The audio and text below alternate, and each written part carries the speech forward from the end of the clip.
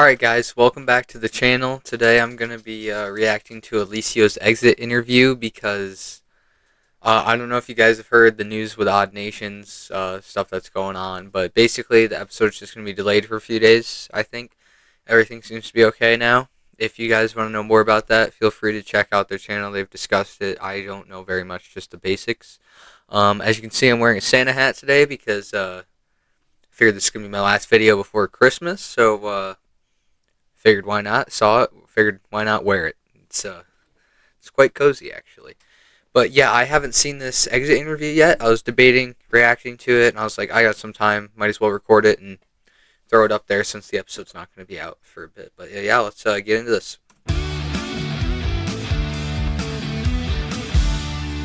Okay, behind the chaos. Like that. Welcome, darlings, to Disventure Camp. Oh, okay. Behind the chaos. I'm your charming, overqualified host, Emily Campbell, here to peel back the layers of scandal, strategy, or lack thereof behind each elimination.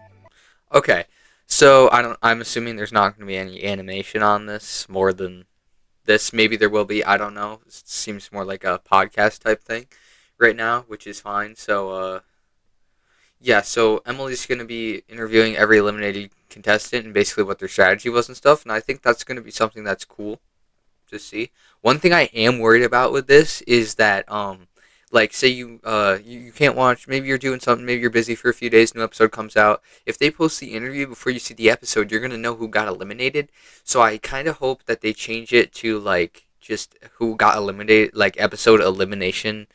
Like, just don't reveal it without you actually watching the video, because it's going to be really hard to stop people from seeing who got eliminated if they're not watching the episodes as soon as they come out. But we'll have to see.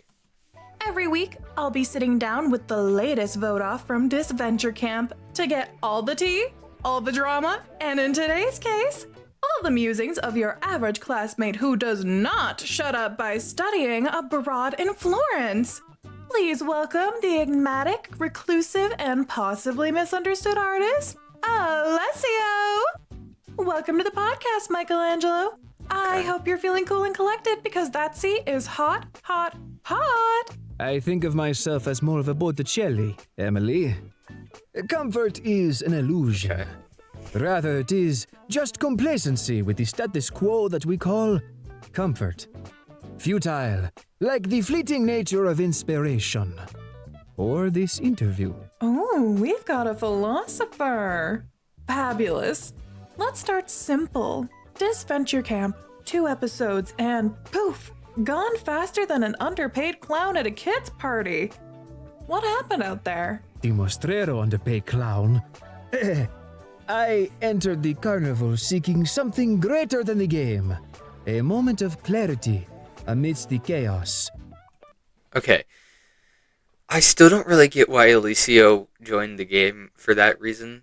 I mean, I guess you do you, but like, I don't know. I feel like going in, you have to at least think maybe I'll try and win. You know? I mean, he didn't like try and make any friends or anything. He wasn't trying to meet new people. I mean, he kind of made a bond with Logan, but he was just kind of doing his own thing. I feel like the only thing he really changed was his environment, and I feel like, I mean, that's a good thing to do, I think. That can help you, but it's a weird environment to switch to and not try and, like, open up and talk to people in. You know, because I feel like it's weird that his strategy wasn't more, like, trying to get to know people. I don't know. Let's just keep listening. Truly, I've never felt the pleasure of satiation. I was a prodigy of sorts. Coming from a family of artists, I was always pressured to grace the world with the next big masterpiece. Okay. Thus, it never felt like my voice. The carnival setting spoke to my inner child, reflecting my own creative struggles. Alright, now that makes more sense. See, alright, I guess I got my question answered already. I like that. I actually really like Alessio's kind of story right now. We'll have to see what else is talked about. Yes, because when people join a cutthroat competition, what they're really hoping for is a deep dive into existential childhood trauma.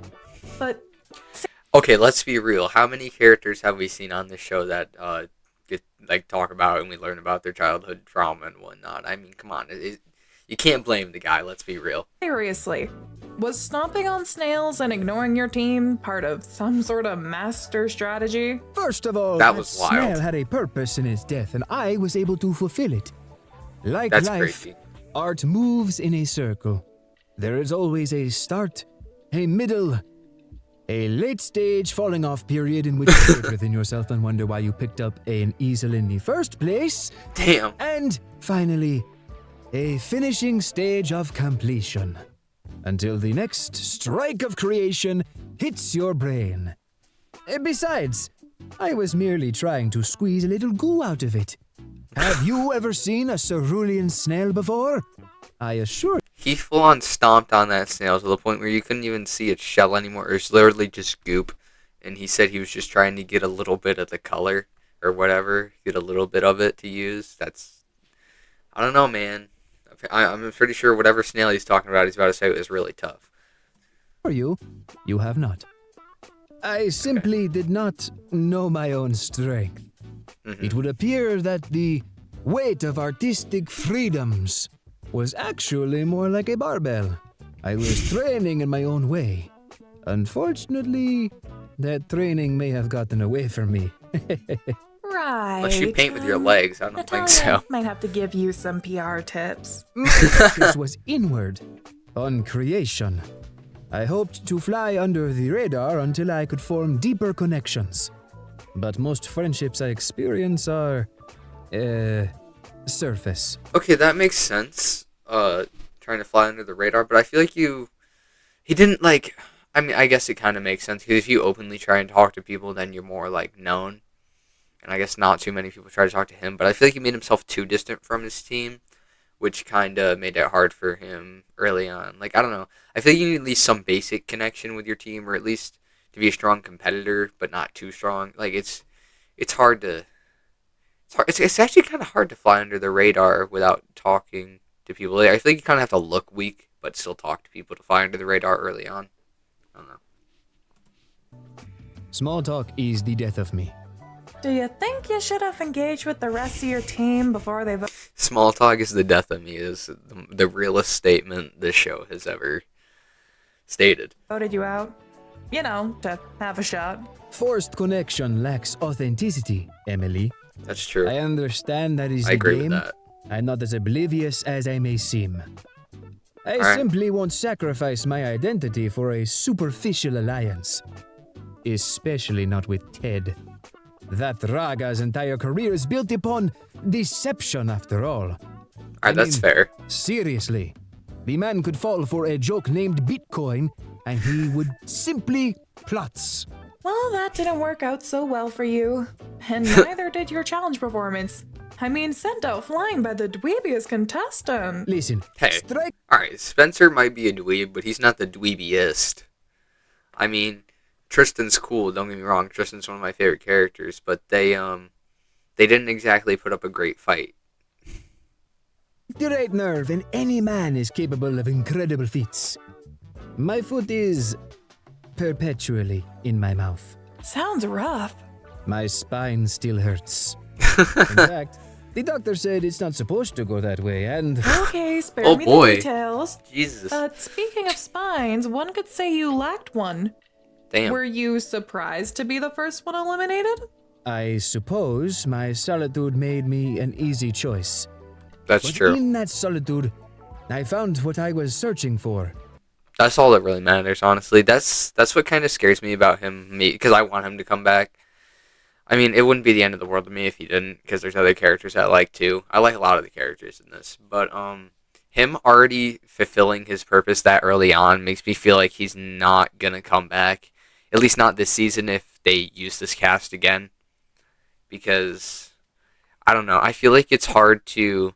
Also, I feel like it'd be really weird to have someone. He had like a nice little, actually really meaningful story for how long it was. It'd be hard to give them a new story in the same season and bring them back. I don't know. I just don't see it happening. I feel like there's other characters that they could have their stories not be fully developed by the time they get eliminated if they do have people return, which I'm assuming they will. A rekindling of my artistic spirit. And that was worth more than $1 million. I mean, not Hey, that's fair. If you can be passionate enough about something to say it genuinely, truthfully, literally, because this guy literally did. I mean, it wasn't like he had the choice. You know, he still would have had to make it through the whole game, but he quite literally gave up $1 million, like trying to get $1 million or trying to rekindle his passion, and he did it. And honestly, I think that is worth more than $1 million. If you can find something that makes you that happy, absolutely. Monetarily, I could use the dough. Debatable, That's but fair though. poetic. Can always Too use the bad money. your team wasn't looking for artistic enlightenment when they sent you packing. That is true. Let's talk about them. You had Linda, Marissa, and Ted. Any thoughts on how those dynamics played into your exit? Linda's pragmatism made her a wild card. Marissa meant well, but struggled to unite the group. And Ted? Well, his calculated nature was impressive. Though his energy was, shall we say, unsettling. Unsettling. You're being too nice. I leave the hyperbole to you, Emily. Now you That's did fair. seem to have a bond with Logan. He tried so That's true. hard to get you out of your mysterious loner phase. What was your take on that dynamic? Logan's optimism was unexpected. At first, I dismissed him as a frivolous distraction. But his persistence, it stirred something. I must say, of all of the ongoings, the lights, the glitz, the glamour of a show at a closed-down carnival, the largest surprise was Logan. He is truly. Yeah, I like the bond they got even in the 2 episodes that Alessio was in the game. I hope that if they do bring this cast back for another season, that we get to see more of a bond out of them in that season. Because so far, they have my favorite bond, I'm going to be honest. I hope they stay. I mean, I don't know if they will be ever romantic together, but I like them as friends. I think they'd be really good friends. A good man, inside and out.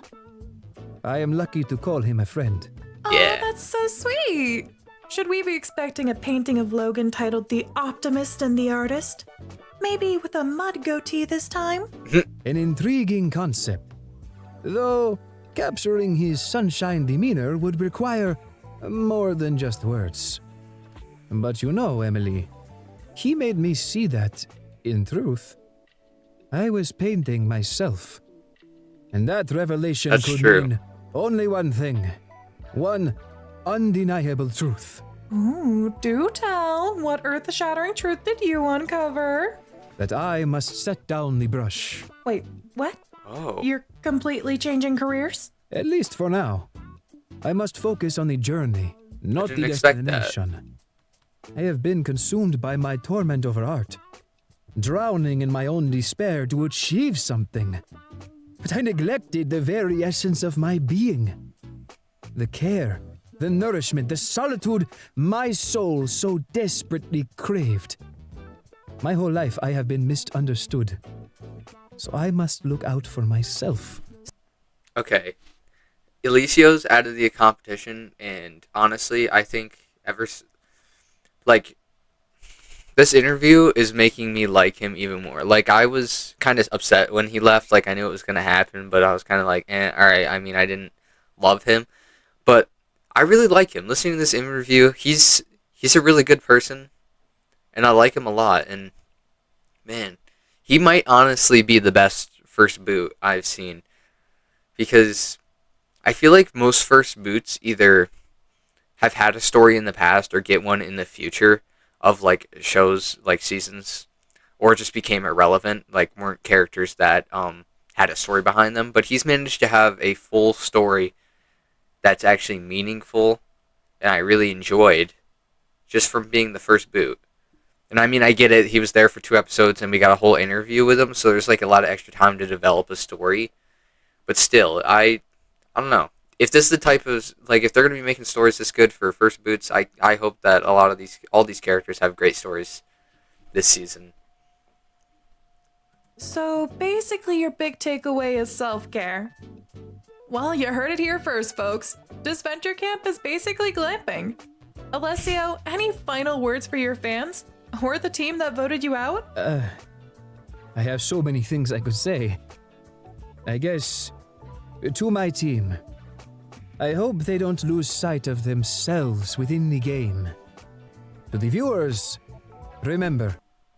I like that a lot because when he said that, it immediately made me think of Rhea because obviously I'm assuming you guys, if you're watching this, have seen the other seasons of Disventure Camp. Rhea is the exact type of person he doesn't want his team to become. She is a player that completely lost sight of who she was inside the game and could only be her true self once the game was over. She had her heart set on winning, and it ruined her relationships outside of the game. Sometimes things look like they are the most chaotic, but at times are actually the most beautiful. And for every... That's also very true. You know, like, I feel like a lot of times in life we don't appreciate all the things that are happening. Like you said, like, all the chaotic parts of life. Everything's happening so fast, you don't have the time sometimes to just stop and appreciate what's happening. Because you're always chasing a goal, but what's really the part that you wanted was the journey. The part you truly enjoyed was the journey. Because once you reach that goal, whatever accomplishment you were trying to get, once you have it, you feel good about it. And then that feeling over time, starts to fade because you're still happy about it, but it's not as fresh. But the journey, you'll always enjoy it knowing what you were working towards. So I really like that too. everyone outside of Italy, please learn how to make espresso properly. Because you saw a new recipe on TikTok or you'll go to Starbucks, you'll think you're an expert. What the hell is an oleato? Huh? Because you found a new thing and you put sparkling water in your coffee, you think you're the next Sabrina Carpenter. You are the...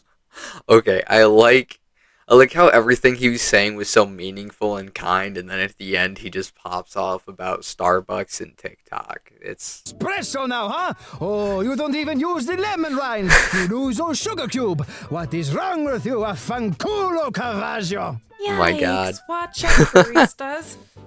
Well, that's it for today's Carnival Confessions. Don't forget to subscribe, leave a 5-star review because I deserve it, and tune in next week when we pick out the brains of our next disaster. Ciao.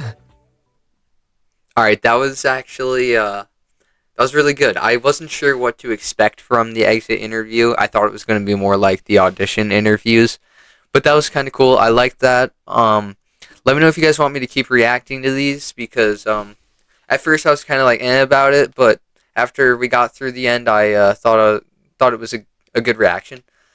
I will try to react to the next episode of Disventure Camp as soon as. All right, guys. Sorry about that. My phone ran out of storage, but I hope you guys enjoyed this reaction. I hope you guys have a great Christmas. Let me know if there's anything anything else you want me to react to. Yeah, that's it. Peace out, guys.